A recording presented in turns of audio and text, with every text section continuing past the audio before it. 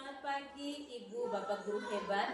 Perkenalkan saya Stefania Olivaristi Duakinya Saupung, calon guru penggerak Angkatan 9 Kabupaten Sika, Provinsi NTT. Hari ini saya berperan sebagai supervisor ditemani kos saya Avelina Elberta Yosfrida Susanti, guru kelas 5 SDI Puho, Kecamatan Lela, Kabupaten Sika. Saya berperan sebagai coach atau orang yang disupervisi. Kami akan melakukan rangkaian supervisi klinis dan percakapannya dengan paradigma berpikir coaching. Selamat pagi Ibu. Selamat pagi juga Ibu. Apa kabar hari ini? Baik, sehat, luar biasa Ibu. Ya, puji Tuhan, baik juga.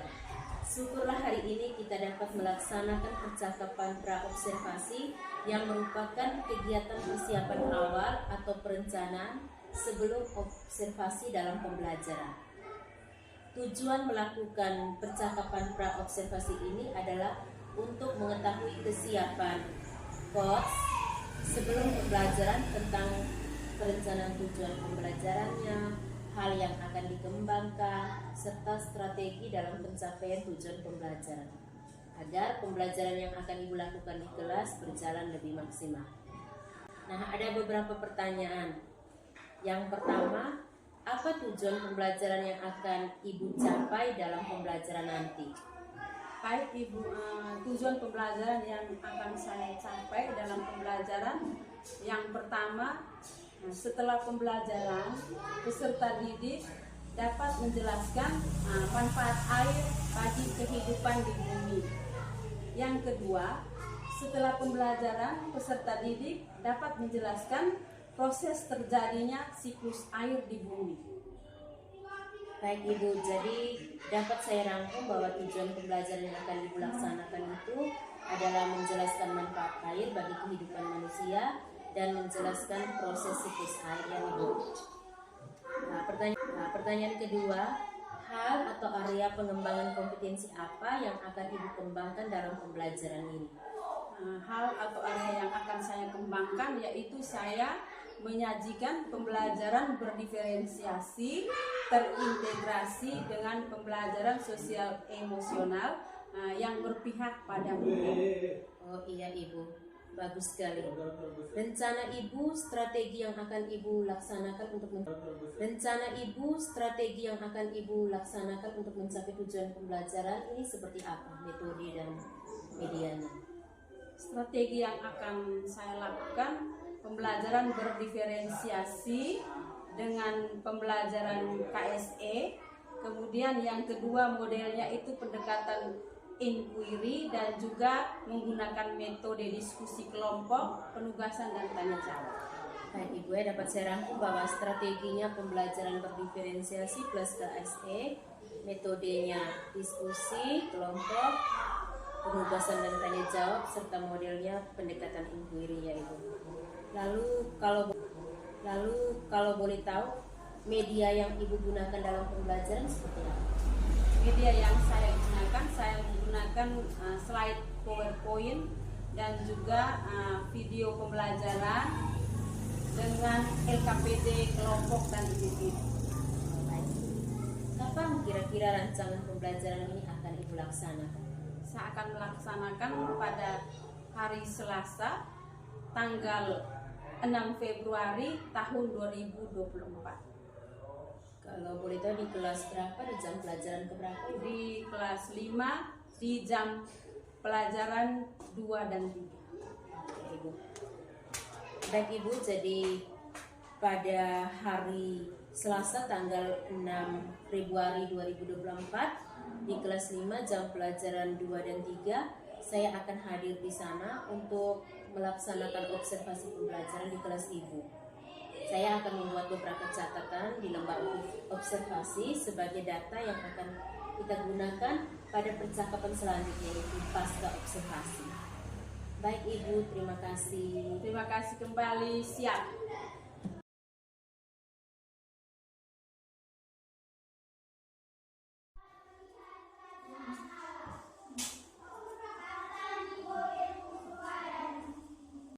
Selamat siang Ibu.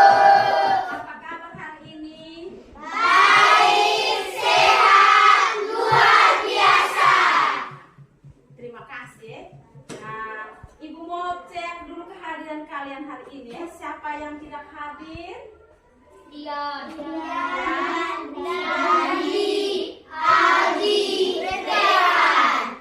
Darli, Aldi, Reza. 4 orang, oke? Tidak hadir. Kenapa mereka tidak hadir? Sakit.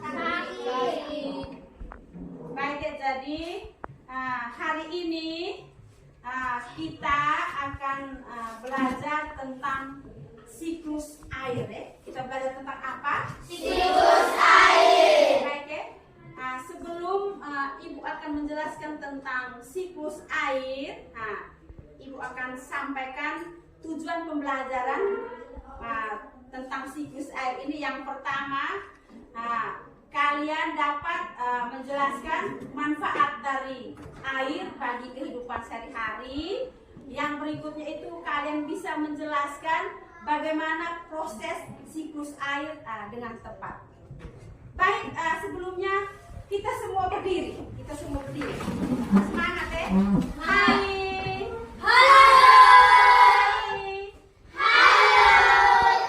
Kita sama-sama menyanyikan lagu Tik-tik bunyi hujan ya. Semangat ya. Sama-sama. Tik tik tik 1 2 3. Tik tik tik bunyi hujan di atas genteng, airnya turun tidak terkira. Cobalah tengok, jangan berhenti, sobat dan bangun rasa semua. Baik, silakan duduk. Terima kasih ya. Apakah kita manusia, tumbuhan, hewan, semua itu adalah golongan makhluk hidup itu, apakah bisa hidup tanpa air? Tidak. Oke, tidak bisa hidup tanpa air. Tadi kita nyanyi lagu tik-tik bunyi hujan, pohon dan kebun bahas semua. Jadi pohon juga membutuhkan air, kebun juga membutuhkan air, kita manusia juga membutuhkan air, hewan juga Membutuhkan air. Baik, Kak. Mengapa kita makhluk hidup itu sangat membutuhkan air? Mengapa makhluk hidup itu membutuhkan air? Siapa tahu, semangat kan? Kalian jangan takut karena ibu ada, kamu coba semangat. Mengapa manusia atau hewan dan tumbuhan itu membutuhkan air? Ya, Grace, silakan. Karena tanpa air manusia tidak bisa hidup. Tepuk salut. Salut, salut. Salut, salut. Salut. Masih ada? Oh, Jeff, silakan, Jeff. Bisa? Tidak apa-apa, Jeff, omong saja. Mengapa kita manusia, terus itu hewan, tumbuhan itu sangat membutuhkan air? Coba Jeff omong. Jeff omong. Tadi itu teman Jeff itu katakan bahwa karena manusia itu sangat membutuhkan air. Air itu sangat bermanfaat bagi makhluk hidup. Oh, Fari, silakan. Untuk memutuskan sehari-hari. Untuk memenuhi kebutuhan sehari-hari. Luar biasa, tepuk salut. Salut, salut. Salut, salut.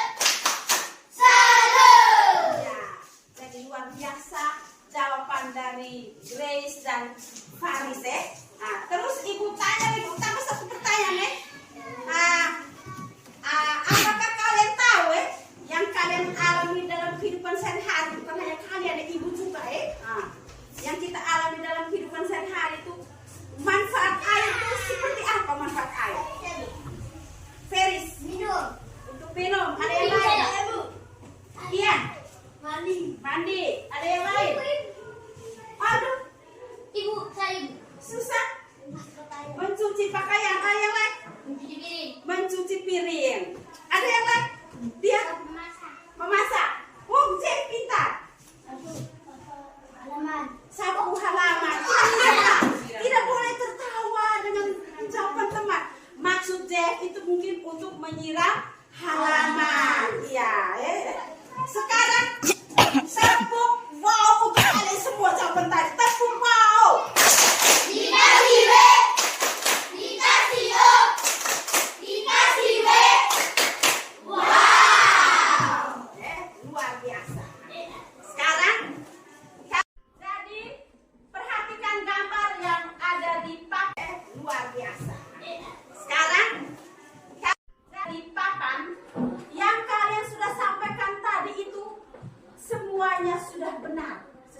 gambar ya.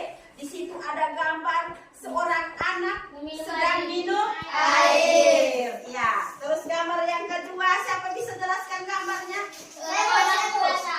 Jangan rame kak. Kita ingat kembali keyakinan kelas kita bagaimana? Ya, mengacungkan tangan bila berbicara. Jadi saat mau jawab itu harus acungkan tangan, jangan rame. Ulang lagi gambar yang kedua. Bagaimana kelompok yang lain? Baik. Nah, Risna. Oh, air digunakan untuk memasak. Luar biasa. Tepuk tangan untuk Risna. Gambar yang ketiga. Bagus, Steph. Untuk minum. Gambar yang ketiga. Jangan bilang salah. Tidak boleh. Faris. Untuk mandi. Luar biasa ya. Tepuk tangan untuk semuanya. Baik. Nah, berikutnya kita lihat manfaat air bagi manusia. Yang pertama itu air digunakan untuk memenuhi kebutuhan sehari-hari. Tadi kita sudah sampaikan tadi ya. Masak, minum, mandi, cuci piring. Tadi Jen ngomong salah sedikit tadi. Menyapu halaman, menyiram halaman. Kita sudah nyanyi tiket bunyi hujan tadi ya. Pohon dan kebun basah semua. Jadi itu fungsi air untuk manusia. Siklus air ya. Siklus air itu pengertiannya perputaran air yang berlangsung secara terus-menerus dari bumi ke atmosfer lalu kembali ke bumi. Jadi dari bumi ke atmosfer lalu kembali ke bumi. Nah, kali lalu kita sudah belajar tentang atmosfer. Siapa tahu apa itu atmosfer? Ada yang lain? Dan tadi Yoris, Feris, ada yang lain? Ada yang lain? Yoris. Udara yang menyelimuti permukaan bumi. Udara yang menyelimuti permukaan bumi. Jadi atmosfer itu udara yang menyelimuti permukaan bumi. Ya. Jadi kita akan belajar tentang proses perputaran air. Jadi supaya kita ketahui bahwa air itu tidak akan habis ya. Tidak akan habis. Hari ini kalian sudah bawa air di masing-masing botol. Kalian minum air satu botol aqua itu kalian minum kasih habis toh. Tetapi sampai kamu pulang ke rumah air itu tidak mungkin habis. Masih ada di galon, masih ada di bank air benar masih ada di sungai di kali, di mata air. Kita punya tiba air dari air itu tidak akan habis. Mengapa air itu tidak akan habis? Karena air tadi mengalami siklus. Ada perputaran. Siklus itu perputaran karena air itu dia mengalami siklus air ya. Tolong perhatikan. Yang pertama mengalami proses penguapan penguapan dari laut menuju ke bumi ke awan. Ini namanya evaporasi. Kemudian sampai di awan itu dia membentuk uap air. Itu namanya kondensasi. Nah, air itu dia sudah jenuh, lalu dia akan turun menjadi hujan. Saat turun hujan itulah namanya presipitasi. Dia kembali ke bumi sampai di tanah itu dia akan mengalami proses penyerapan. Proses penyerapan itu namanya infiltrasi. Jadi dia terserap, air itu kan terserap. Kemudian selain proses penguapan oleh air laut, sungai, danau dan lain sebagainya, ada juga proses penguapan oleh tumbuh-tumbuhan. Nah, proses penguapan oleh tumbuh-tumbuhan itu namanya transpirasi. Namanya apa? Transpirasi. Ya, namanya transpirasi. Baik, anak-anak, ada pertanyaan? Ada pertanyaan? Dian, apa itu transpirasi? Oh, transpirasi berarti tadi Dian punya pikiran di mana ya? Tadi Ibu bosan jelaskan tadi transpirasi. Tidak apa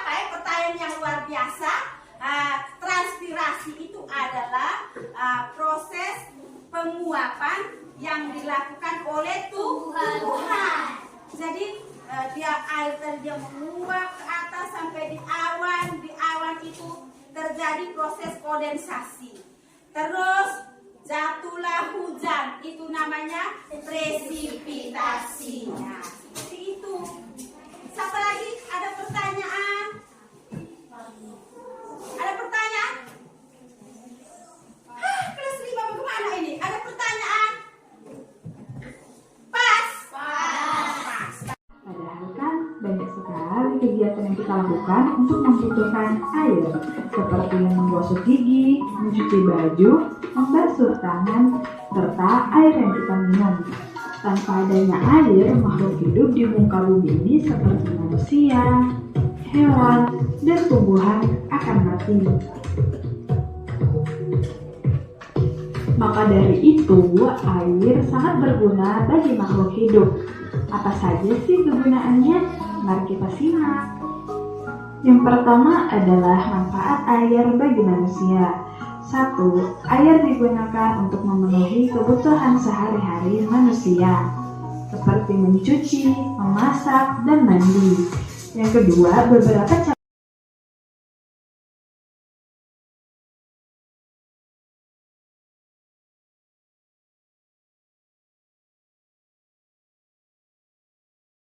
Selamat siang Ibu Guru dan teman-teman. Kami dari kelompok 1 yaitu kelompok evaporasi ingin melaporkan hasil diskusi kami. Selanjutnya saya serahkan kepada teman saya Dian untuk melaporkan. Terima kasih atas kesempatan yang diberikan. Nomor 1, demikianlah hasil diskusi kami. Kita beri tepuk tangan dulu ya.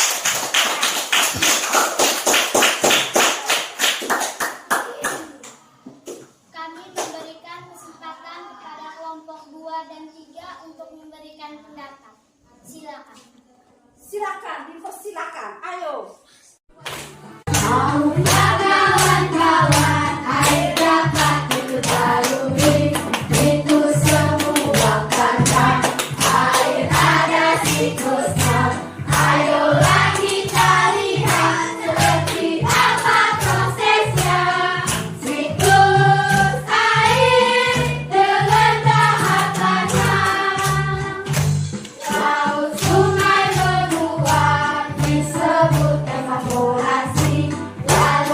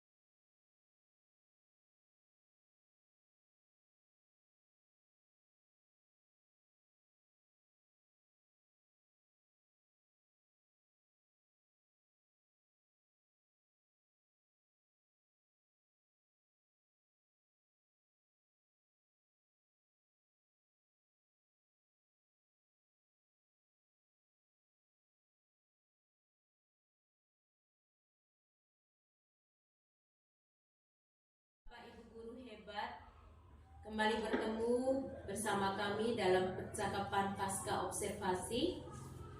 Bersama saya, Stefania Olivaresti Duakinya Saupung, berperan sebagai supervisor calon guru penggerak Angkatan 9 Kabupaten Sika, Provinsi NTT, dan coach saya Avelina Elberta Yosrida Susanti, guru kelas 5 SD Pugo, Kabupaten Sika.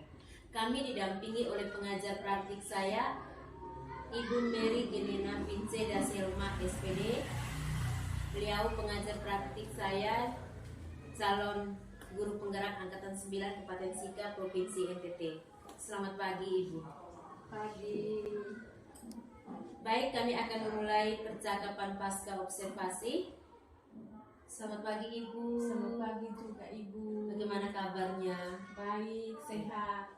Kembali bertemu dalam percakapan pasca observasi ini. Saya ingin tahu bagaimana perasaan Ibu setelah melaksanakan pembelajaran kemarin. Perasaan saya setelah melaksanakan pembelajaran kemarin, saya merasa senang dan puas karena kegiatan pembelajaran sesuai dengan apa yang diharapkan. Oke, baik ya. Saya juga ikut bangga. Tapi bolehkah Ibu menceritakan kembali bagaimana keberhasilan area pengembangan yang Ibu jalankan dalam pembelajaran kemarin, serta bagaimana tahapan-tahapannya? Area pengembangan yang saya jalankan kemarin, saya menyajikan pembelajaran berdiferensiasi terintegrasi KSE. Proses tahapan-tahapannya saya menggunakan diferensiasi proses, diferensiasi konten, dan diferensiasi produk. Diferensiasi proses diawali dengan kegiatan apersepsi, kegiatan inti. Dalam kegiatan inti ada kegiatan diskusi kelompok, presentasi kelompok, dilanjutkan dengan tugas mandiri. Terus diferensiasi konten, saya menyiapkan modul ajar, lembar kerja peserta didik dengan beberapa media pembelajaran seperti video-video pembelajaran. Terus diferensiasi produk, hasil kerja dari lembaran LKPD siswa. Baik, menjadi Ibu melaksanakan pembelajaran berdiferensiasi terintegrasi KSE dengan 3 diferensiasi sekaligus, yaitu proses, konten, dan produk. Luar biasa sekali Ibu. Menurut Ibu sejauh mana keberhasilan yang Ibu capai dalam pembelajaran kemarin? Secara keseluruhan menurut saya berhasil, tetapi ada kendala atau hambatan yang harus saya perbaiki dalam pembelajaran selanjutnya. Kalau boleh tahu Ibu, kendala atau hambatan yang Ibu hadapi kemarin itu apa saja? Yang saya hadapi kemarin ada beberapa siswa yang kurang aktif. Mereka 1 atau 2 orang sering ribut, tetapi saya bisa mengendalikannya dengan mengingatkan kembali tentang keyakinan kelas yang kami sudah buat bersama.